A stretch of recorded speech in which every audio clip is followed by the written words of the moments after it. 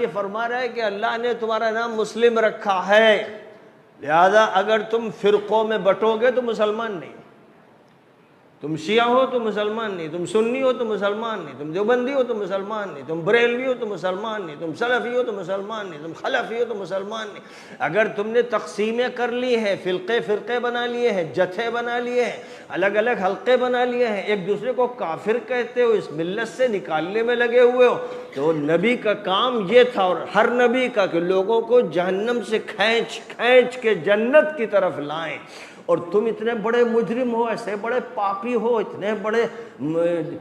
جرائم پیشہ انسان ہو کہ جو جنت جانا چاہتے ہیں ان کو پکڑ کے کہتے ہو یہ کافر ہے، اس کو جہنم میں ڈالتے ہو۔ تم سے زیادہ کوئی بدقسمت، تم سے زیادہ کوئی منحوس وجود ہے؟ صاف صاف اللہ نے فرمایا وَاعْتَصِمُوا بِحَبْلِ اللَّهِ جَمِيعًا وَلَا تَفَرَّقُوا،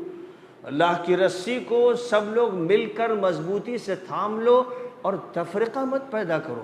تقسیم مت کرو، فرقے مت بناؤ، جتھے اور حلقے مت بناؤ، پارٹیاں مت بناؤ۔ اس سے زیادہ صریح الفاظ کیا ہو سکتے ہیں؟ کھول کر ہندی کی چندی کر دی قرآن پاک نے۔ لیکن جن کے دماغوں میں خلل ہے، دل میں فساد ہے، باطن ان کا سیاہ ہے، دشمنوں کے ایجنٹ ہیں، اور جو دشمن چاہتا ہے کہ ہمیں توڑ کے رکھ دے، آپس میں لڑوا دے، ہمارے سر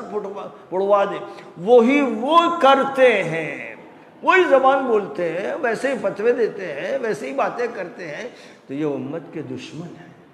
یہ امت کے خطرناک دشمن ہیں۔ یہاں اللہ تعالیٰ صاف اعلان کر رہا ہے کہ ہوا سماکم المسلمین، اللہ نے تمہارا نام مسلم رکھا ہے، لہذا تمہیں اپنا تعارف جب بھی کرانا ہے تو یہی میں مسلم ہوں، میں مسلم ہوں۔ اس کے علاوہ کسی اور نسبت سے اگر تم تعارف کراتے ہو تو تم گھٹیا آدمی ہو، ذلیل آدمی ہو، مردود ہو، منحوس ہو، اور تمہاری وجہ سے امت ٹوٹی اور ٹوٹ رہی اور ٹوٹے گی۔ اس لیے یہ لفظ چلنے نہیں دینا ہے اور فرقوں کا خاتمہ کر دینا ہے، پوری امت کو سیسہ پلائی ہوئی دیوار بننا ہے، پوری امت کو متحد ہونا ہے، ہر طرح کے انتشار کو ختم کر دینا ہے۔ وہ لفظ بولنا ہی نہیں ہے جس لفظ سے تفریق کی بو پیدا ہوتی ہو، وہ لفظ استعمال کرنا ہی نہیں ہے جس سے لوگ الگ الگ ہوتے ہوں، وہ لفظ حرام ہے۔ اب اللہ نے جو فرمایا کہ ہوا سماکم المسلمین من قبل، پہلے بھی اللہ نے تمہیں مسلم کا، نوح مسلم تھے، ابراہیم مسلم تھے، اسماعیل مسلم تھے، اسحاق مسلم تھے، سارے پیغمبر مسلم، آدم مسلم، حوا مسلمہ تھیں۔ اسلام ہی ہے جو اس کائنات کا مذہب ہے، آسمان مسلم ہے، قمر اور شمس مسلم ہیں، جتنے ستارے اور سیارے ہیں وہ مسلم ہیں، سب اللہ کے حکم کے سامنے جھکے ہوئے اور اللہ کا کام کر رہے ہیں۔ تو اے انسان، امت مسلمہ میں تجھے شامل کیا گیا۔ امت اسے کہتے ہیں جو جڑی ہوئی ہو، جو آپس میں مربوط ہو۔ امت ریوڑ کو نہیں کہتے ہیں، امت ڈنگروں کو نہیں کہتے ہیں، امت چارہ کھانے والوں کو نہیں کہتے ہیں، باڑے میں رہنے والوں کو نہیں کہتے ہیں، بکھرنے والوں کو امت نہیں کہتے ہیں۔ یہ لفظ جو ہے امت یہ بولا ہی جاتا ہے ان لوگوں پر جو ایک جماعت ہو، ایک امت ہو، ایک طاقت ہو، ایک ذہن ہو، ایک دل ہو، وہ امت ہے۔ تو یہ فرمایا کہ اللہ تعالیٰ نے پہلے بھی سب کو مسلمان بنایا تھا اور تمہیں بھی اللہ نے مسلمان بنایا، اور ایک امت مسلمہ کی حیثیت سے تمہیں اٹھایا ہے، کھڑا کیا ہے۔ کیا کرنا ہے؟ لِتَكُونُوا شُهَدَاءَ عَلَى النَّاسِ، تاکہ تمام انسانوں کے سامنے تم اس حق کی گواہی دے دو، اس حق کو بیان کرو۔ آپ دیکھ رہے ہیں کہ اللہ تعالیٰ نبیوں کا تذکرہ کرتا ہے اور نبیوں کے دشمنوں کا تذکرہ کرتا ہے۔ موسیٰ کا ذکر ہے تو فرعون کا ذکر ہے، ابراہیم کا ذکر ہے تو نمرود کا ذکر ہے، محمد عربی علیہ السلام کا ذکر ہے تو ابو لہب کا ذکر ہے، ابو جہل کی طرف اشارے کیے گئے ہیں، نام لیے بغیر اس کا تذکرہ کیا گیا ہے۔ تو یہ اللہ کا طریقہ کار ہے، قرآن کا یہ انداز ہے۔ آج کا فرعون امریکہ کا ٹرمپ ہے، اسرائیل کا نتنیاہو اس کا چیلا چپاٹا مجرم خبیث ہے، ملعون ہے۔ اور جو ان کے ساتھ ہیں، جو ٹرمپ کا دوست ہے، اس کے ماتحت ہے، اس کی بات مانتا ہے، اس کے بورڈ آف پیس میں شامل ہے، اور جس نے اس کو لاکھوں کروڑوں ڈالر دیے اور جہاز دیا، اور جنہوں نے اپنی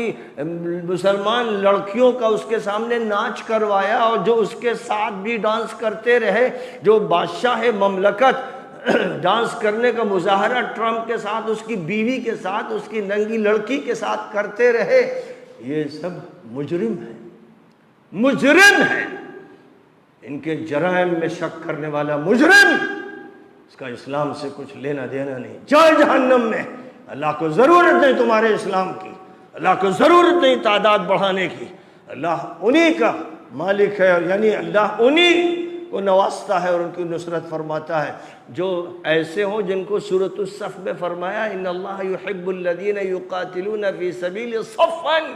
کأنہم بنیان مرصوص۔ اللہ ان سے محبت کرتا ہے، اپنے بندوں میں ان کو چاہتا ہے جو اس کے راستے میں جنگ کرتے ہیں دشمنوں سے، اس طرح جیسے وہ صف ایک صف ہو، سیسر پلائی ہوئی دیوار کی طرح۔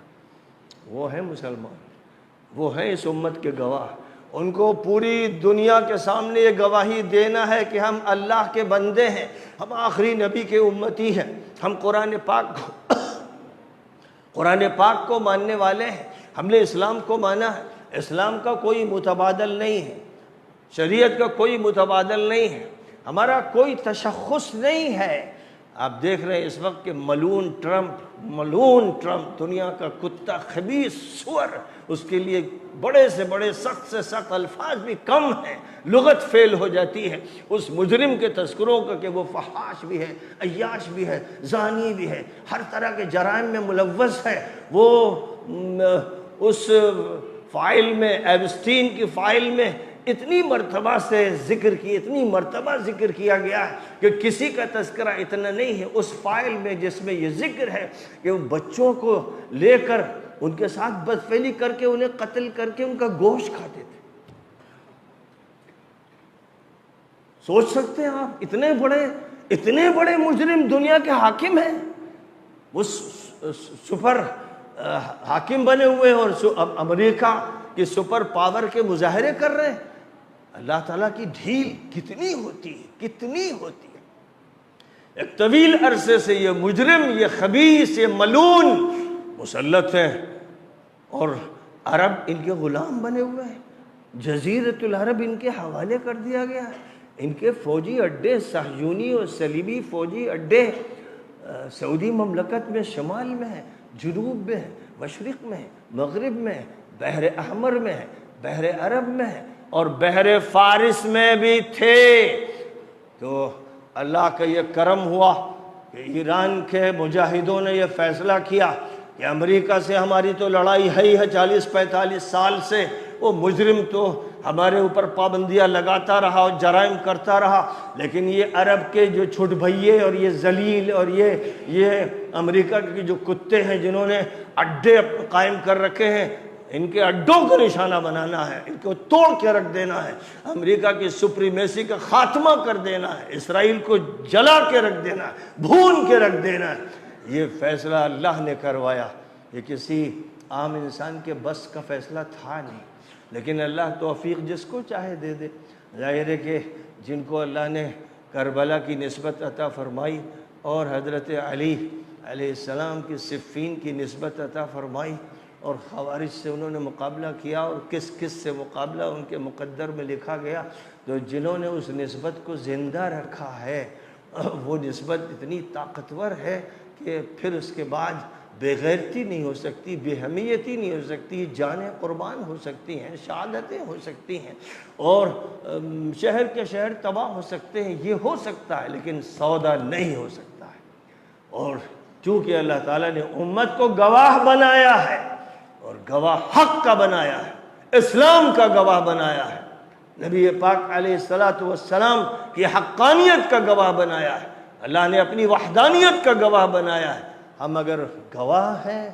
اور پوری انسانیت کے سامنے گواہی دینے کا کام کر رہے ہیں تب ہم مسلمان ہیں، اور اگر ہم یہ گواہی پوری انسانیت کے سامنے نہیں پیش کر رہے ہیں، بس اپنے کام میں الجھے ہوئے ہیں اور ادھر ادھر کی باتیں کرتے ہیں جن سے امت ٹوٹتی ہے، بکھرتی ہے، کمزور ہوتی ہے، ذلیل ہوتی ہے، اور صہیونی اور صلیبی کتوں کا نوالا بنتی ہے، اور ہمارے بچے اور ہماری بچیاں وہ گرفتار کی جاتی ہیں، پکڑی جاتی ہیں، ان کو کہیں نہ کہیں سے اٹھا لیا جاتا ہے، پھر اس کے بعد ان کا خون نچوڑا جاتا ہے، اس سے روٹی تیار کی جاتی ہے، وہ یہودی کھاتے ہیں، یہ ان کے یہاں کی رسم ہے، اور جو بھی ان کے ساتھ ہیں پھر ان کے لیے ان بچوں کا گوشت پکایا جاتا ہے اور وہ کھلایا جاتا ہے۔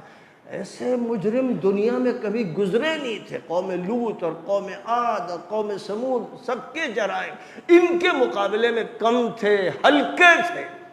اس لیے ان سے ٹکرانا فرض ہے، اور جو ان سے نہیں ٹکرا رہا اور ان کے اڈے ختم نہیں کر رہا اور ان سے اپنی دوستی کے خاتمے کا اعلان نہیں کر رہا، خدا کی قسم وہ کافروں کا ایجنٹ ہے، خدا کی قسم وہ صہیونی ہے۔ اور یہ اللہ کہہ رہا ہے، اللہ کہہ رہا ہے، یا ایھا الذین آمنوا لا تتخذوا اليہود والنصارى اولیاء بعضهم اولیاء بعض ومن یتولہم منکم فانہ منہم۔ اے ایمان والو، ان یہودیوں کو، عیسائیوں کو، صلیبیوں کو، صہیونیوں کو، ظالموں کو، مجرموں کو اپنا دوست مت بناؤ، یار مت بناؤ، تعلقات ان سے مت قائم کرو، اور اپنا دین اور اپنی دنیا اور اپنی مملکت ان کے حوالے مت کرو۔ یاد رکھو کہ جو بھی ان کے ساتھ تعلق قائم کرے گا وہ انہی میں شمار کیا جائے گا۔ اب بتاؤ کہ قرآن اتنی صراحت کے ساتھ فتویٰ دے رہا ہے، اور کسی بھی قرآن کے ترجمے کو دیکھ لو، کسی نے بھی کیا ہو، اس کے علاوہ کوئی ترجمہ کر نہیں سکتا، تو اتنا کھلا ہوا فتویٰ اللہ کا موجود ہے، اور جو نیچے زمین پر مولوی ہے، چپڑ قناتی، ذلیل، طماع، حریص، دنیا کے وہ بادشاہوں کی جوتیوں کے اٹھانے والے، ان کے